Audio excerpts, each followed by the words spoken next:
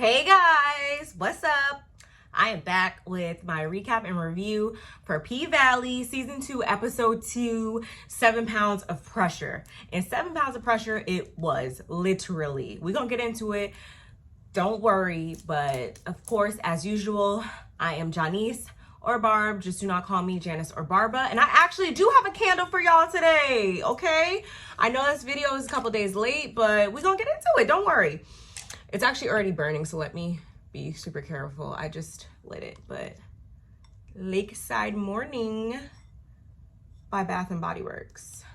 What does it say on the bottom? Crisp autumn air, white driftwood, a hint of green apple with natural essential oils. I love how this smells. Excellent, excellent. Anyway, let's get into the review, shall we? Okay, guys, so this episode picks up with the auditions, okay? And this is when we are introduced to Miss Miracle Watts. You know, she is currently in a relationship with Diamond, whose real name is Tyler Lepley. So we finally get introduced to her on the show because, you know, word on the curb is that she was going to be on the show, okay? And so Big L is out there regulating, and I'm like, girl, okay. I mean, dude, okay. He was out there regulating, but not so much in his wannabe pimp get up, okay. And I'm like, okay, cool. We good. And some of the auditions were good, some of them not so much, okay. But in the end, you know, as the girls are up there doing what they do and whatnot, Mercedes is already like seething. I can see it. I'm like, oh God, here we go, right? So afterward, she picks her picks, which are Roulette, Whisper, and as she's about to speak their third name, who but Miss Autumn comes up and is like, and Big Bone, who is Miracle Watts' character, who, by the way, could not dance worth a damn at all. Like, she had all the body yaddy yaddy in the world, but she was just not, it wasn't giving what it was supposed to have gave up there on that pole, okay? Or on the floor. No floor work, no nothing. She almost fell at one point or whatever. But the other two, Roulette and Whisper, oh yeah, they were giving. They knew the assignment and they executed it superbly, okay? So of course she picked them.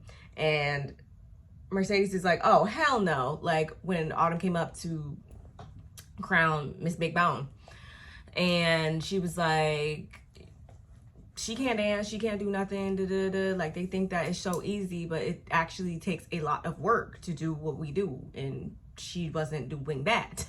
So Autumn was like, well, you could teach her, and she's like, I ain't no coach. And she's like, well, actually you are. And we're like, yeah, duh, you actually kind of are, but I get what the point you were trying to make, but that one kind of hit you back in the face, girl. And I was just like, see where this is already going. This is gonna be just like season 2 or season 1 all over again, if I'm not mistaken. And Autumn's like, okay, I'll just put you behind the bar then, or something like that. Come with me. So that's pretty much it for that. And then as she's walking away, as we're winding down on that, guess who walks through the door?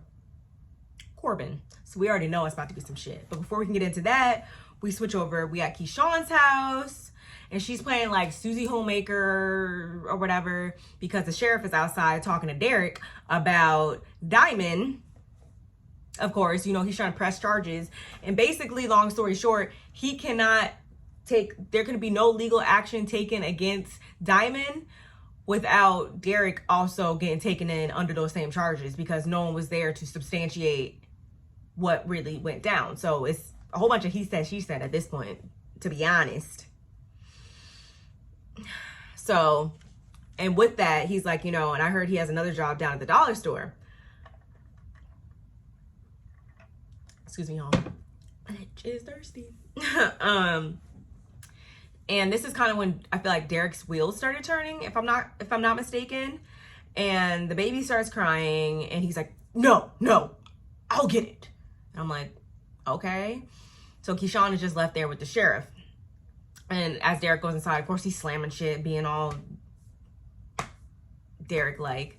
And I think I forgot the part where when Keyshawn was inside, Derek's phone had went off, and he winds up not getting the job. Apparently that the notification came through, and it said that he did not get the job that he went on the interview for. So she's like, oh, okay, oh God. I already know where this is going. And the sheriff asks Keyshawn, what has she, been up to? She not stopped the paint or whatever. She's like, oh no, She's like, he's like, you not doing no internet. She's like, hell no, I ain't doing no porn. If that's what you're trying to say, I got my own things going on out here. Okay. Here's my business card. And I was like, oh my goodness. But, you can't be mad at her. And he did kind of give Uncle Clifford his props for basically offering a stepping stone to these young ladies. And apparently she took that and did what she did with it. And I guess, it's turning out good for her. Or is it? I guess that's to be determined, right? And in this same moment, the sheriff also asks about Autumn, and he's like, yeah, did you ever catch her real name?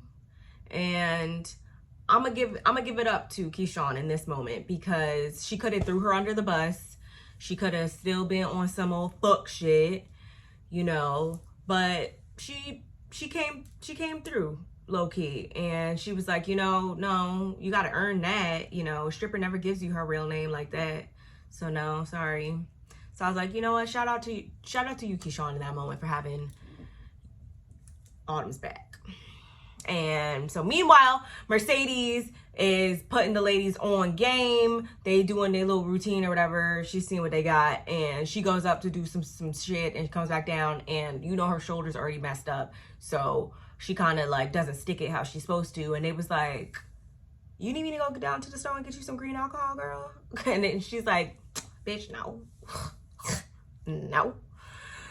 And I was like, oh my God. Because I guess it's also not helpful because they got these new chrome poles, because the boss wanted chrome poles and not brass poles. And that's what Mercedes says to Big L, who also says that even the devil started out as an angel. And he says that in reference to Autumn, because we all see that she is sitting high up on her high horse right now. And I don't know, I feel like in this episode, it really let us know that Autumn really, I get it. She's always, you're looking out for yourself at the end of the day because that's all you have. Okay, got it. But I do feel like when she's, how do I say?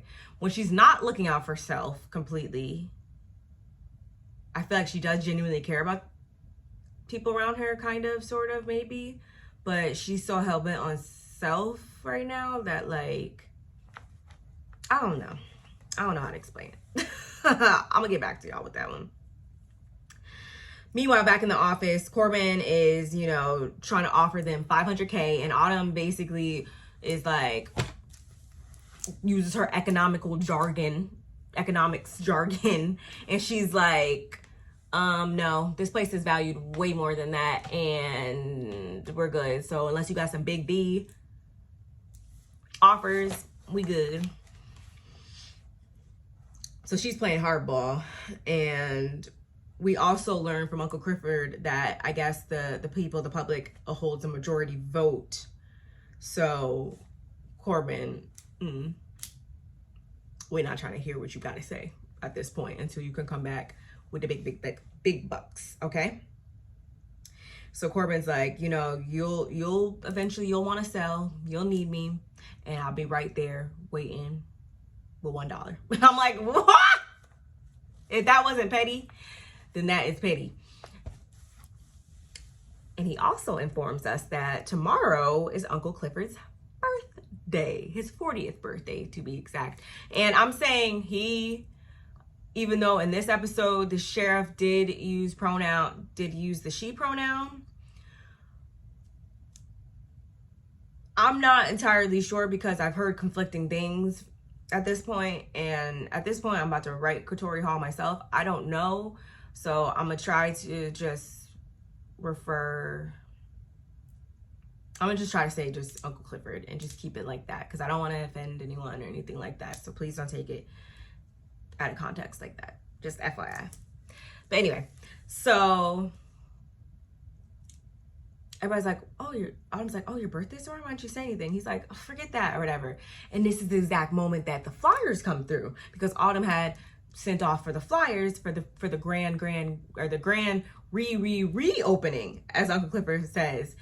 And when Uncle Clifford picks it up, girl, these dates is messed up. You put the grand reopening for tomorrow, girl. Autumn. So Uncle Clifford's like, oh, hell no. What the girl? What? Storms off, goes into the office. Autumn follows suit. And her whole thing basically is like, well, yeah, that's what you said you wanted to be next Friday, but it needs to be this Friday because we need to get to this money ASAP before they really are barking down our throats, because we can't pay these bills for real, and this shit gets taken from us. And at this point, Uncle Clifford definitely has some good one-liners, and I was like, yes, say it. You might be the owner, but you ain't the boss. And I was like, say it one more again, because again, it's like everything's going to her head at this point, and it's like you kind of forgetting like the whole like family dynamic, that this is still like we're still people. And but Autumn's also not backing down, so I don't know, it's just gonna be weird. And I think at one point Uncle Clifford was like, ooh, I am too much of a cat to get by a kitten. And I was like, I like that. I need to put that somewhere on. I need to write that like on my wall or something. I like that part, y'all. Mercedes also barges in and she's like, what the F? Like, tomorrow's Uncle Clifford's birthday. Like, why are we trying to do this right now? Like, and basically at this point, Uncle Clifford's like, I'm out. Like, I'm good. I ain't even gonna be there because all that you talking, like, I'm good off that. Like, y'all can run the show without me. I am OUT out. And then we get this little stupid clip with Pastor Patrice Woodbine. Where the blessings reside, where the blessings reside, where the blessings reside, where the blessings reside. And I'm like, now that was funny, that was catchy, that was cute, but it's still you, okay? Because, and I'm waiting for her to make her grand appearance and really piss us off. I guess that's gonna come in another episode or so, right? We'll see. But back at Ernestine and Uncle Clifford's house, Uncle Clifford comes in and is like, basically like, my life, this chick done moved up the date on the grand reopening, and we not even open for business for real like that to even be trying to do all that, okay? And Miss Ernestine's like, why don't you just kill this bitch? And I was like, oh. When I tell you, I was like, I'm gonna have to give it up to, like, and especially in this episode, I want to say, like, Uncle Clifford is playing the out of that role. This, like, I'm really seeing it a lot this season. Like, yeah, last season, yes, I was also, but, like, props. And also props to Miss Loretta Devine in this moment, too, because she playing the shit out of Miss Ernestine's character. But, so then, as Uncle Clifford's having this pity party,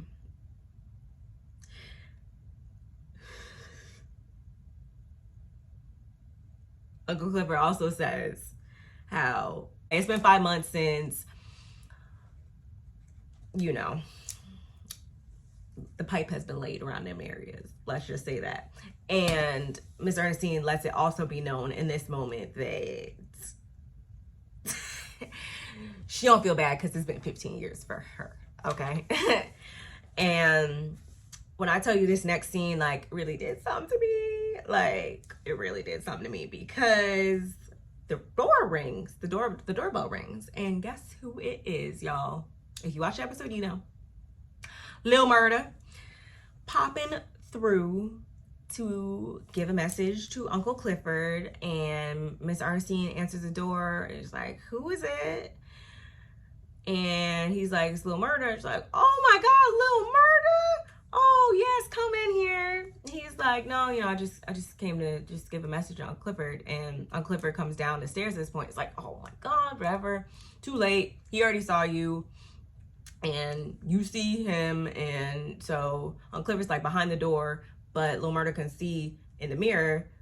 And they, you know, they lock eyes and whatnot. And it's just like, and basically Lil Murder says, like, you know, basically gives an apology for how he acted at murder night and that whole thing, and he should have handled things differently now. And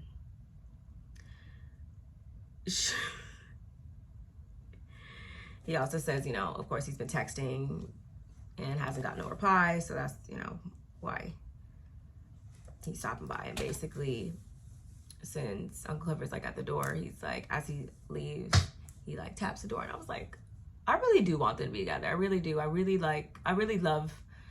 love the themes and the motifs in this season, man. I really do like it. I'm not even gonna lie.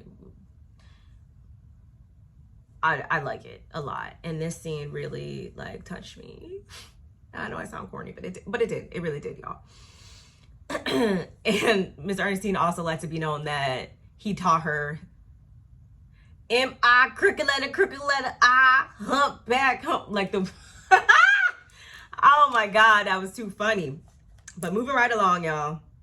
After that scene, we see Andre pulls up at Tydell, the late Mayor Tydell's house, and there's all these like hoses leaching off of his water, and he's like, what is going on here? Like a daisy chain city. So he finds the source of the problem, and this is when we find out that, hey, Tydell pays the bill for the water for the neighborhood when they short on it, and they've been short for quite a bit now, like 5 months, 5 years, whatever. So to verify this, Andre looks through some bills, and sure enough, $10,000. He was putting the bill on that, and this just shows us, this is just so in line with the character that Tydell was and has been portrayed. Like he was for his hood, like he was down, didn't matter. And at this moment, Andre also takes a moment to look at an old like home video where it was him, Tydell, and I guess that was his real biological father behind the camera. And he's like, you know, tell him what you said you wanted to be when you grow up. And at first he's like Superman, he's like, nah, stop playing. And then he's like, the president. And old dude behind the camera is like, you can't be that, you know, whatever. And he's like, no, don't ever let nobody tell you you can't be or whatever. Show them that you can be, period. And I was like, if that ain't consistent with his character was all about, it sure was. But I thought that was cool. Back at Keyshawn's house, she got a black eye by this point. I'm like, and since you know how like the show is so dark, like I couldn't quite, like I had to like pause and rewind it a couple times because I was like, is that a black eye? I was just like, oh my goodness. But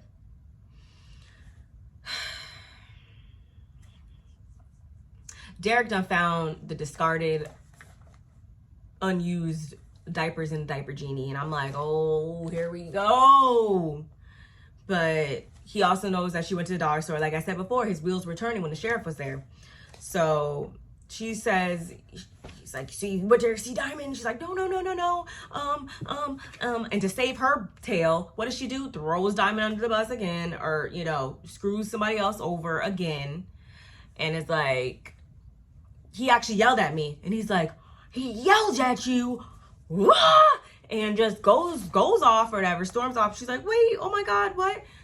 This mofo, tell me why he calls down to the dollar store, puts in a complaint on Diamond. Apparently this isn't the first one or whatever.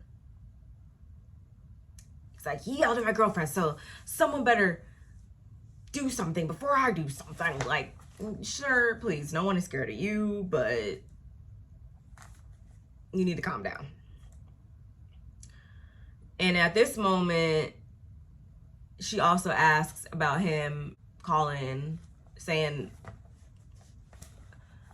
the whole gutter, you know, if you watch last season, you know what his specific word choice was that he chose to use, which I did not agree with that coming out of his mouth in regards to anyone, okay? But he's like, no, I would never say that, whatever. And the way he switched up was a clear delineation that you were lying, sir. And she also says how Rome, called her and he was really trying to get her on the tour and all this stuff. And she's like, we can finally get the house and achieve our goals and our dreams, get that boat, the whole nine. And at first he was like, but he's like, all right, tell him that we'll sit down and talk or whatever. Call him, tell him to come by so we can sit down and talk. So we'll see what happens with that, right? Next up, we see Lil Murda in this pimped out. When I say he was in this pimped out hearse, y'all, he was in this pimped out hearse. And apparently that's the tour bus they could be rolling around in, because he ain't really got no money to be having no tour bus for real. But he puts a call into Never Scared, DJ Never Scared, and he's in Atlanta working. So he's like, forget you then, whatever. And this is also when we're not introduced, but introduced. If you know voices, you will know that the girl who walked up to Never Scared, she was like, run that beat back for a real bitch or whatever one time. And that was definitely Megan Thee Stallion's voice. So we will be seeing her in the upcoming episodes, I'm sure. And I think that was that the moment? Yeah. So we pull up to a prison with them and he's like, what are we doing here? Are you trying to, show me where I don't want to go back to or whatever? And he's like, nah, for security. And we're like, huh? And at this moment, this good looking dude comes out. Okay. And I guess he gonna be the security. Don't exactly know who he is, but I'm not knowing if this is a good thing or a bad thing, because him and Lil Murda, they dap each other up, they embrace whatever. But the look on Murda's face at one point was kind of like he's happy on the outside, but like he really knows on the inside. So we'll see what happens with that. And back at Keyshawn's house, she sat down with Rome and Derek, and they sit down talking business. We quickly see exactly what type of time she is on. And I peeped it, but Rome was like, what the, because she comes out saying like, okay, so if I'm gonna have to pay for, transportation, outfits, all this, it's really not gonna be profitable for me. So I don't really know if it's worth it to leave the comforts of my own home to go out and do that. And he's like, why would you have me come over here and waste my time if you're not really trying to get down with the get down? And I was kind of like, but then I was like, I peeped game at that moment. And I was like, I see what you're doing. Can't really be mad at it. You're playing the card that you're dealt at this time. So we'll see what happens with that, right? So Derek also had to let it be known that he don't like how Murda looks at Keyshawn. And it's like, we know the truth, but we're going to let Derek be dumb because he's actually dumb. So Rome goes outside. He's pissed. He gets back in the hearse. He gets back in the hearse and he's like, I just don't, understand, blah, blah, blah, blah, blah. And I'm like, again, she playing chess, not checkers at this point. So she texts him and she's like, don't worry, I'm gonna handle the rest or whatever. Thank you. And I'm like, yeah, okay. So they pull off. The grand reopening, okay? So we got the grand reopening, and Big Bone is dancing on the bar. Everything is in chaos. Bitches is arguing.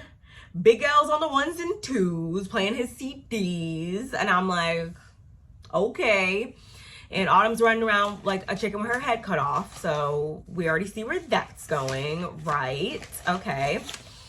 And Uncle Clifford's nowhere to be found, as previously stated.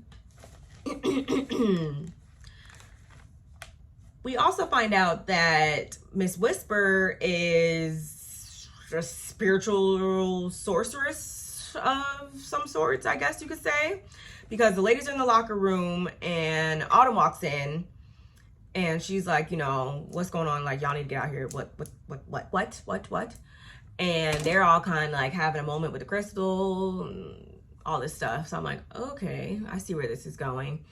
And she also says to Mercedes is like, she's like, you know, I bet you've been waiting a long time to get out there again or whatever. And she's like, well, yeah, you know, this, Autumn's like, you know, this will be some good money coming off the top of the door for you or whatever. And she's like, yeah, that'd be good. You know, I can get back, you know, hopefully get back caught up with the payments on the dance studio. And Autumn's just quickly like turns it back to business. And I'm like, see, it's gonna come back to bite you. I know it is.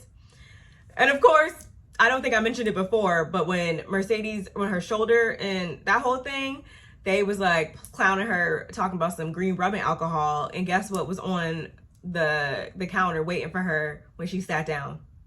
Green rubbing alcohol. And I was like, because technically she would be considered, you know, the old head, the old dancer. She's not really old, but by those standards, that's what she would be, you know? So they was just clowning.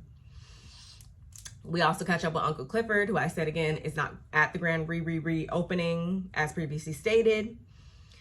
I think he's like feeling like maybe like an ounce better. It's like, I'm pretty sure it's midnight by this point, and he's getting his birthday texts or whatnot, scrolling through IG, and of course we see the Lil Murder tour flyer, whatever. It's like, wow.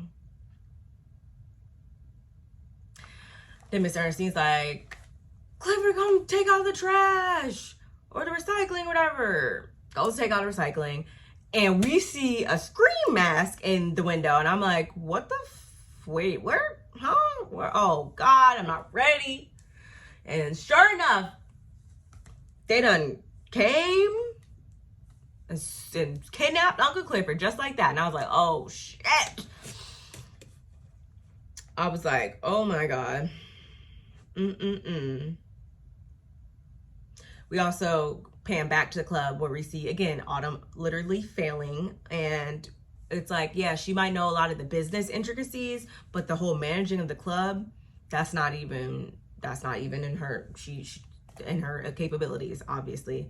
I think there was even like a fire like going on, like what the anyway. Uncle Clifford's okay.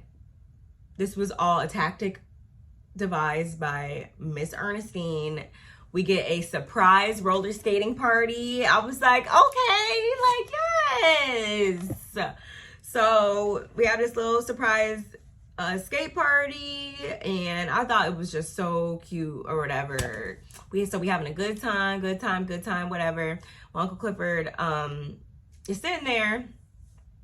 We have this moment where we literally see it was like a Lil Murder doppelganger, if you ask me, with a face mask on. I was like, okay. So when Uncle Clifford goes to get skates, this individual is there and, you know, handles the skates and everything. Uncle Clifford's like, yeah, I wear size 13, you know, 14 on a bad day. So before we know it, we turn around and this young man done whipped it all out. And it's just like, okay, I see what type of time you're on. What are we doing here? Okay, and before we know it, Uncle Clifford is getting birthday fellatio. I was like, okay. Wasn't ready, was not ready, but I'm gonna take it. Do you boo on your birthday. Back at the club, Earth, Wind, and Fire are getting ready. That's the new trinity, I guess. Mercedes, Roulette, and Whisper. They're in the back getting ready, whatever.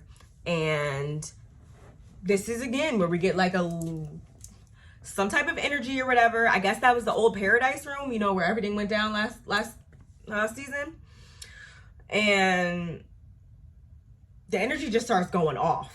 And Whisper senses it and is like, you know, ask it a question or whatever. That's for you, Mercedes. And Mercedes is kind of like taken aback. I think she's, you know, she's scared. She's like, And Saved by the Bell, Autumn, I guess you could say, comes in. And I'm not sure if at this moment it was when Whisper kind of peeps that, you know, something, she gets a flashback of knowing what happened there, or knows that there's some energy around Mercedes or whatever, or I don't know. But whatever. They take the stage. And when I say Whisper and Roulette were getting their life up on that pole, on that pole, that's exactly what they were doing. Doing all types of tricks and bouncing up and down and this and that. And I'm like, I was about to start throwing dollars in here, to be honest. I can't even lie. And Mercedes kind of felt, I think, upstage at this point, because she goes, again, up shoulder, goes climbing up the pole, trying to do a whole bunch of this. And what happens? Her shoulder gives out. She literally falls. We don't see all that, because I was like, it was like one of those cringy, like, train wrecks, you know, you can't look away or whatever, but it's like, she comes to, and she is in Diamond's house. Thanks to Uncle Clifford. Autumn's right there as well. It's like, you know, the hospital is over capacity, but I knew exactly where to bring you. And again, Diamond is a healer, come to find out, which I wasn't surprised now that I think of it. Like, I'm not surprised at him. He's a lot more, you know, grounded than a lot of the other characters. So I could see that, right? And he's like, you know, what? She's like, my shoulder just gave out, whatever. It's like, has this been bothering you since that night? And he's like, yeah, it's unspoken, like, yeah. And it's like, okay, bet. When I say he literally did a spiritual extraction, he did a whole spiritual extraction and ritual, if you will. Like, I suppose I'm not sure. I can't speak in length about this subject because I don't know too much about voodoo, hoodoo, witchcraft, anything like that. But he literally extracts it out of her. There's a lot going on. And he literally puts it on a scale, 7 pounds, just like that. Hence why the episode is called 7 pounds. Huh. So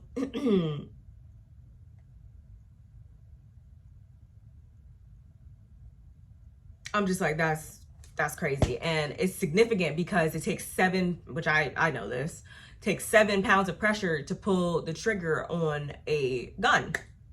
So this is when we find out that it was Mercedes that actually did kill Montavious, that pulled the trigger, right? Okay. So Autumn at this point sees Montavious's ring over there on the table or whatever. And she's like, why do you have Montavious's ring?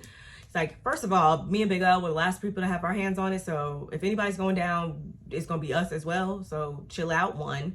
And 2, that's for my protection and for all yours. So cool your jets, sis. And when I say this, that energy literally came up off the scale and went outside the window, and Mercedes peeped that because the scale literally went all the way back to 0. And I was like, okay, we fucking around with some real shit up in here. Okay. Diamond also did wind up losing his job. Thanks a lot, Derek. Bitch. And Autumn, of course, tries to ask him to work again. He's like, yeah. And Uncle Cliff is like, yes, okay, that's fine. We understand.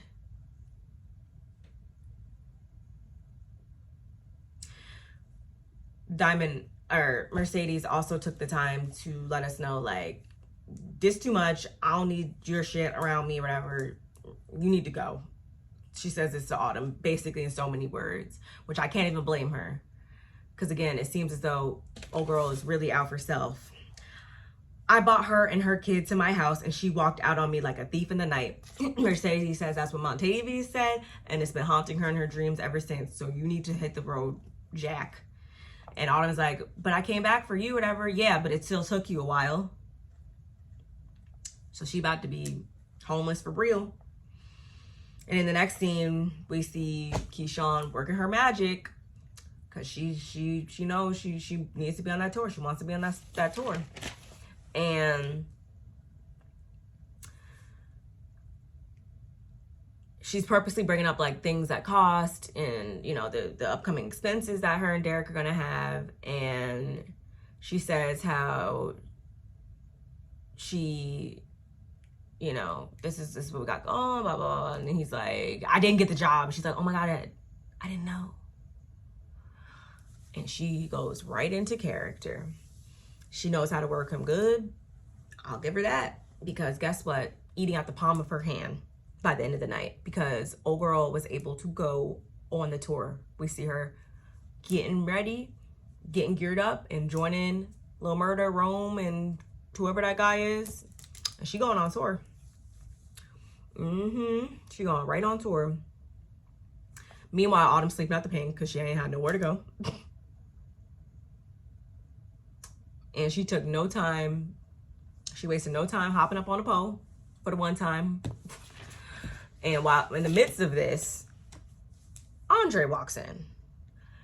And he's clearly, again, working on getting in her head. And he's about to sweep all that right from under her. That's what I believe. I really do.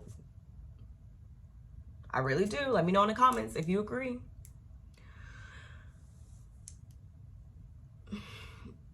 And it turns quickly from business to pleasure with them, honestly. And I was just kind of like, well, we saw this coming. They embraced or whatever. I don't really know what all they talked about, to be honest. I was kind of like bored with this little scene. But I know exactly what's going to happen between them. Mark my words. And he also thanks, I remember he did thank her for making him come to the funeral. I do remember that.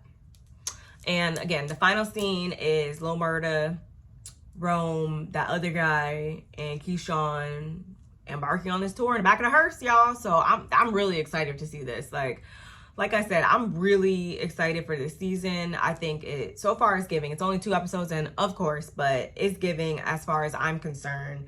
And I'm here for it, you know? Let me know what you guys think of this recap and review in the comments below. Don't forget to comment, like, subscribe. Let me know. Turn on those push notifications so you know every time I upload. And yeah, that's really all I have for Pure PValley, y'all. See y'all in the next one.